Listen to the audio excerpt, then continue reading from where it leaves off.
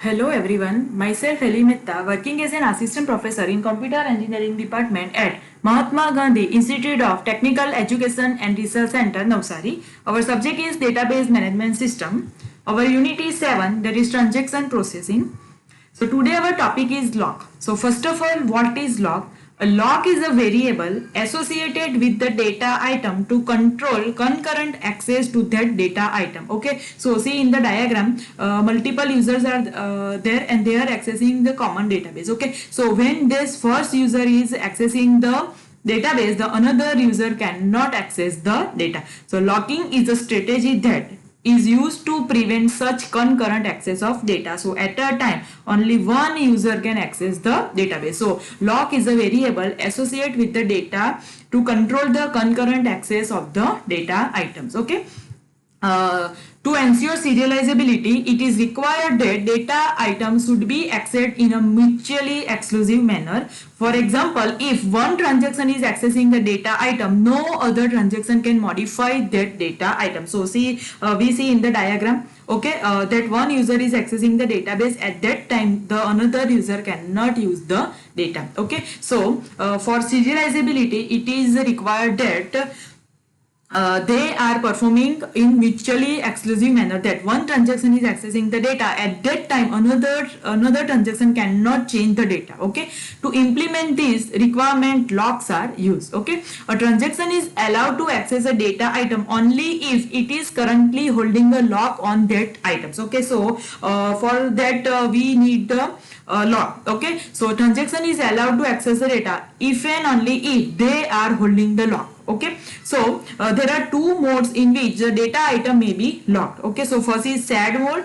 and second is exclusive mode. So in shared mode, if transaction T1 has obtained a shared mode lock on the item Q, then T1 can read the data but cannot write the data. It is denoted by capital S. Okay, so if our transaction holding the shared mode lock, then that transaction can read the data only, they cannot write the data. That is the shared mode. Okay, and it is denoted by as. Second is exclusive mode. Okay, if a transaction T1 has obtained an exclusive mode lock on item Q, then T1 can read and write also. Okay, so it is denoted by capital X. Okay, so in shared mode, transaction can read only, no write operation is performed, and in exclusive mode, T1 can read also and write also. Okay, so these are the two modes of log. So data is an item can be locked in the two mode, that is shared mode and exclusive mode. When we take this lock, we can just read the item but cannot write. Okay, so in shared mode we can just read the data, no write operation is performed, and in exclusive mode when we take this lock we can read as well as we write the items. Okay, a transaction may be granted a lock on an item if the requested lock is kept compatible with locks already held on the item by other transactions. If a lock cannot be granted, the requesting transaction is made to wait till all incompatible locks held by the other transaction have been released. The lock is then granted. Okay, suppose one transaction is locked and another transaction is requesting. Okay, so if the lock cannot be granted, then the requesting transaction have to wait till that incompatible locks, okay, release all the locks. Okay, the lock is then granted. Any number of transactions can hold shared locks on an item, but if any transaction hold an exclusive on the item, no other transaction can hold any lock on the items. Okay, so when a transaction requests a lock on a data item in a particular mode and no other transaction has a lock on the same data item, the lock can be granted. Okay, so suppose one transaction is requesting the lock for some data and no other lock is no other transaction has a lock on the same data, then the lock is granted. Okay, so at a time only one data item get the lock. Okay, so supposing a transaction T1 requests a lock on data item Q in a particular mode, either it is the shared mode or exclusive mode, the concurrency control manager grants the lock provided that there is no other transaction holding the lock on the queue in a mode that conflict with him. Okay, so there is no conflict. Okay, so if no other transaction holding the lock, then and then your lock is granted. There is no other transaction that is waiting for a lock on a queue and that that made its lock request before T1. Okay, so suppose T1 is holding the lock and T2 is in a waiting mode, then T3 will not get the permission. Okay, because T2 is in a waiting mode. Okay, so these two conditions must satisfy. There is no other transaction holding the lock on a queue in a mode that conflict with M. Okay, so there is no other transaction holding the lock, then and then permission is granted, and there is no other transaction that is waiting for a lock. If there is the one transaction is in the waiting mode, then their third transaction will not get the permission. Okay, so that is the locking protocols. Lock based protocol. Okay, this locking protocol divides transaction execution phase into three parts. Okay, so see here transaction is begin, here transaction is end, here we have a time. Okay, so this is our transaction. So lock acquisition phase, so here we get the permission, then transaction is executed, and then lock releasing phase. Okay, so first we have to take the permission for the lock. Okay, when we get the permission, we can begin the transaction. Okay, so lock acquisition phase, then our transaction is in execution phase, and then after completing transaction, lock will be released. Okay, so when transactions start executing, create a list of data item on which they need locks and request the system for all the locks it needed. Okay, so first of all we have to request the system for the lock. Okay, when we get the permission, then we can start the execution. When the transaction acquire all locks and no other lock is required, the transaction keep executing its operation. Okay, so when we get the lock permission, transaction is executing. As soon as the transaction release its first lock, the third phase starts. In this phase, a transaction cannot demand for any lock but only release the acquired lock. Okay, so at the third phase, after completing transaction, they are releasing the lock. Okay, so these are the three phases as shown in the figure. Data item can be locked in a two mode that I have explained earlier, that is shared mode and exclusive mode. So exclusive mode, it is denoted by capital X. Data item can be both read as well as written. Okay, X lock is requested using lock X instruction. So we have to write lock X, then it is in the exclusive mode. Shared mode, data item can only read. S lock is required using lock S instruction. So if we want exclusive mode, then we have to write lock X, and if we want a shared mode, then we have to write lock S. Okay, lock requests are made to the concurrency control manager by the programmer. Transaction can be proceed only after request is granted. Okay, so that I have explained here. First we have to request for the lock which is needed for us. Okay, so after permission is granted, then transaction is in execution mode. Okay, so lock compatible matrix, here we have a shared mode, exclusive mode, shared mode, exclusive mode. So shared and shared, that is true, all are the false. So a transaction may be granted a lock on an item if the requested lock is compatible with locks already held on the item by other transaction. Any number of transactions can be hold shared lock on the item. Okay, but if any transaction hold an exclusive on the item, no other transaction may hold any lock on that time on the item. Sorry. Okay, so any number of transaction can hold for the shared lock. Okay, but if one transaction hold the exclusive mode on the item, then no other transaction can hold the lock on that items. Okay, if a lock cannot be granted, the requesting transaction is made to wait till all incompatible locks held by the other transaction have been released. That I have explained earlier. Suppose we cannot get the permission for lock, then we have to wait until that transaction that is hold the locks will release the lock, then and then we can get the permission. The lock is then granted. Okay, so if we cannot get the permission, then we have to wait. Simple. A locking protocol is a set of rules followed by all transactions while requesting and releasing the locks. So locking protocol restrict the set of possible schedules. Okay, so locking protocol is nothing but set of rules that all transactions have to follow, where they are requesting for the lock and after completing transaction they are releasing the lock. They have to follow that rules. Okay, So lock based protocol, here example of transaction performing locking. So see here we have a transaction D2. So we are performing a SAD lock on data item A. So lock S, okay, that I have explained. If we are writing lock S, then it is the SAD mode.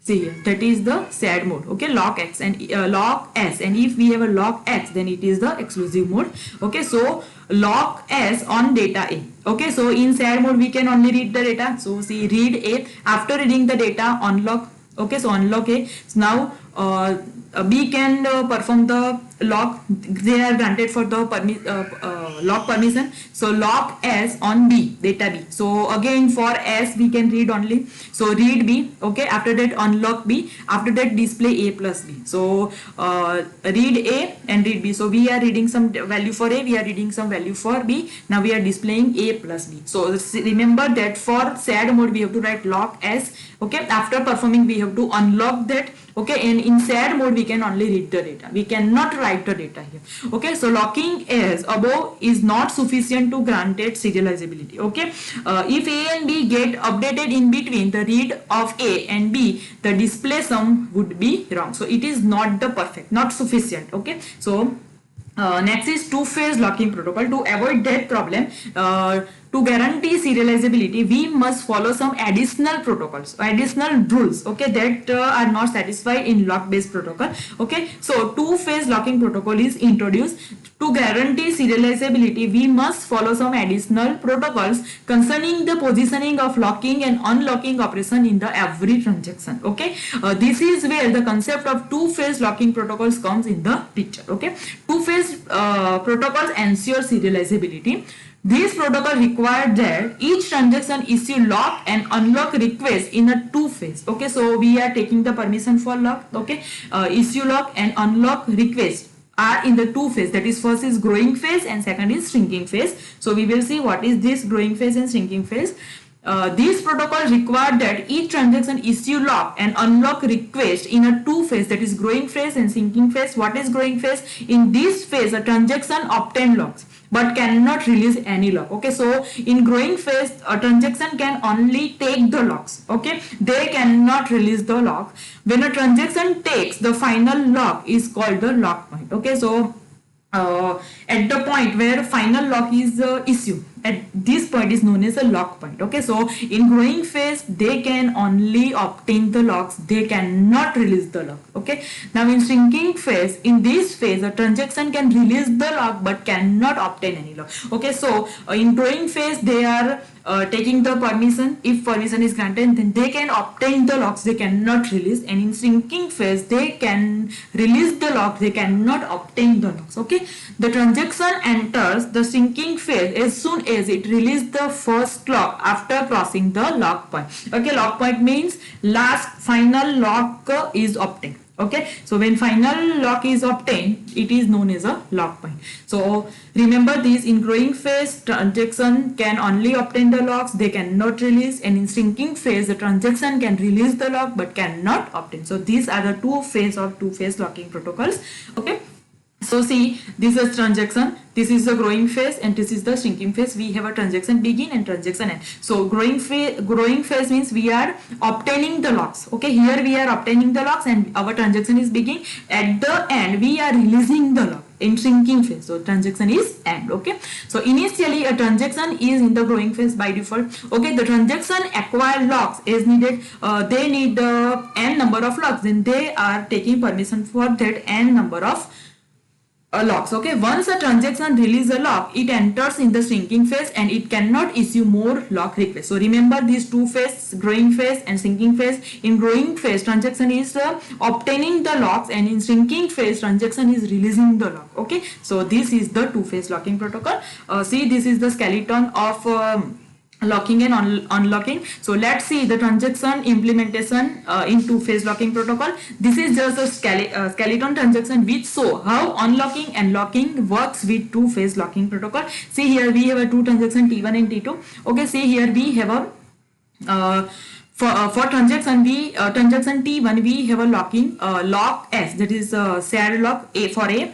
In T2 we have a lock S for A. Okay, here we have a exclusive lock X. Okay, so after some time unlock A. So now we are entering in the shrinking phase. Okay, here we have a lock X. Okay, after that we have a unlock A and unlock B. Here unlock A and unlock C. Okay, so see here for transaction T1, growing phase is from step 1 to 3. Okay, so in step 1 we are locking.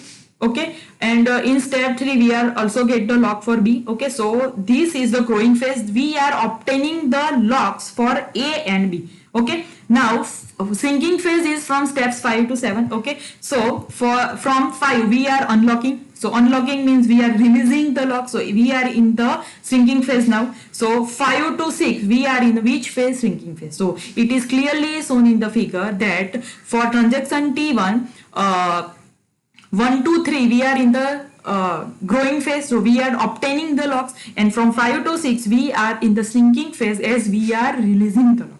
Okay, same for transaction T2 from 2 to 6. Okay, here at 2 we are getting a lock for A, and here at 6 we are obtaining lock for C. So from 2 to 6 we are in the growing phase, and from 8 to 9 we are unlocking, so we are in the shrinking phase. Okay, so see here, growing phase is from 2 to 6 and shrinking phase from 8 to 9. Now what is lock point? At last lock is obtained. So for transaction T1, last lock is obtained at 3. Okay, so lock point is 3. Okay, and for transaction T2, last lock is obtained at 6, lock XC. After that we are in the shrinking phase. Okay, so last at 6 we are obtaining the lock. So lock point is 6. So lock point is the point at which the growing phase end. Okay, so this is the two-phase locking protocol. See the example. Transaction given below is the two-phase transaction. Okay, so see here we are taking the